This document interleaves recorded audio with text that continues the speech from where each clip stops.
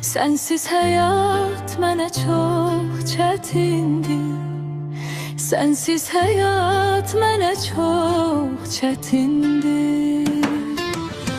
Gözlərində mənim səhərim doğur.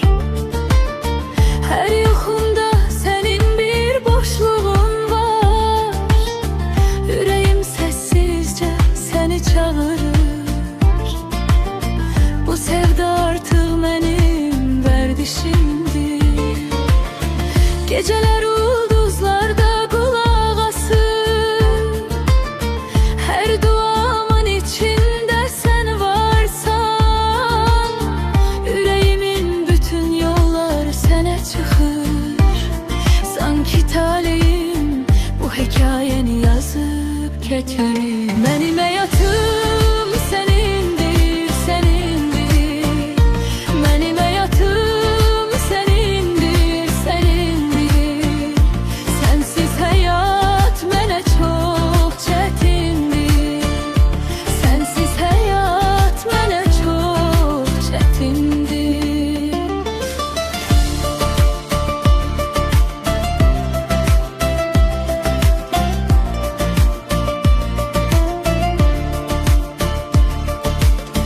Sensiz bu nəfəsim yarım qalır. Sensiz bu dünyada bomboşdur. Əgər əlin əlimdən ayrılsa, ruhumda inciyər, küsər sanki. Hər an səni gözləyirəm. Ürəyimdə yalnız sənin haqqın var. Sabah nə olursa olsun qorxmuram. Çünki yanımdasan ey yayam. Mənim həyatım sənindir, sənindir. Mənim həyatım sənindir, sənindir. Sensiz həyat mənə çox çətindir. Sensiz həyat mənə çox çətindir. Əgər bir anlıq qaranlıq çökərsə, adın işığa çevrilər yenə. O sevgi təkcə söz deyil, ruhdan ruha gedən bir yoldur.